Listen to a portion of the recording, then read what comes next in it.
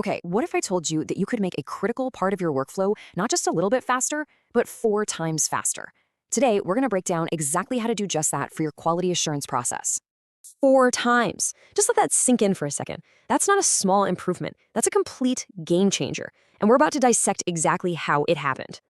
And this isn't some theoretical number. This is a real result from a company you've definitely heard of, Rovio, the creators of the mega hit Angry Birds. This is what happened when they totally re-engineered their localization quality process. So yeah, let's dive right in. All right, so what is the secret sauce behind this insane 4x speed boost? Let's take a look at the actual results.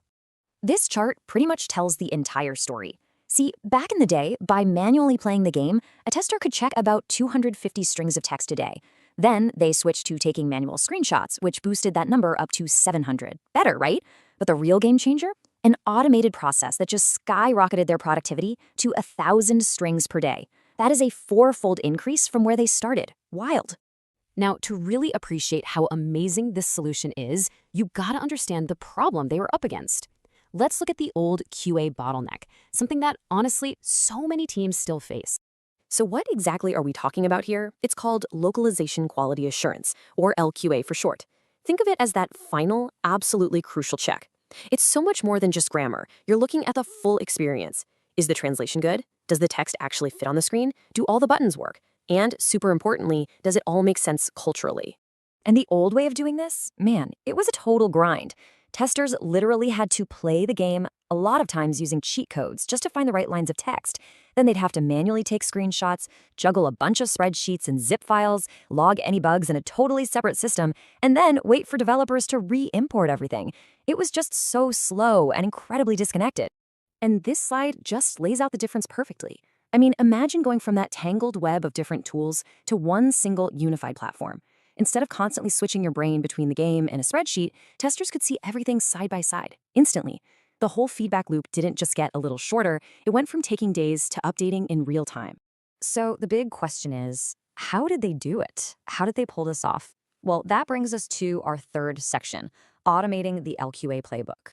Here it is, the new workflow in 4 pretty simple steps. 1, a script automatically grabs the source text and the in-game screenshots and puts them into one central platform. 2, it does the same thing for the translated text and its corresponding screenshots. 3, okay, this is the magic part. Testers can review everything, the source text, the translation, and how it looks in the game, all in one window, and they can make fixes right there. And 4, with just one click, the corrected text gets pushed right back into the game engine. Boom, done. Now, this doesn't mean you just fire all the humans and let the robots take over. Not at all. It's about creating a really smart partnership. So let's look at what the machines are great at versus where you absolutely still need that expert human touch. Automation is absolutely perfect for all the repetitive yes or no tasks. Is the right language showing up? Do the buttons work? Is there any text that got missed and is still in English? An automated tool can also grab all those screenshots and run some initial checks for any really big show-stopping bugs. Basically, you let the machine do all the grunt work. But those high-level judgment calls, yeah, that's where the experts come in. A machine can't tell you if a translation really captures your brand's unique, witty tone. It can't spot weird text dropping issues in a screenshot, or verify legal stuff, or know if an image might be totally inappropriate in another culture. That takes real human intelligence and experience. Okay, so the Rovio story is super inspiring, but how can you actually apply these ideas? Let's talk about building your own faster workflow and, some of the common hurdles you might run into along the way. Of course, making this happen isn't always a walk in the park. For example, you might get flooded with false positives, like your tool flagging a correct European date format as an error just because it's not the American standard. The solution? Create specific rules for each region.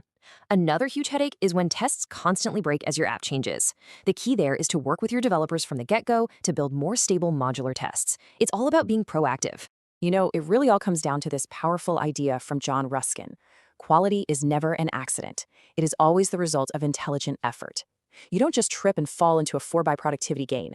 You have to design the process for it with purpose and intelligence. So, as we wrap this up, I'll just leave you with this one question to think about for your own projects. After seeing how this whole process can be transformed, take a hard look at yours. Is your quality process a bottleneck that's holding you back? Or is it an accelerator that's pushing you forward?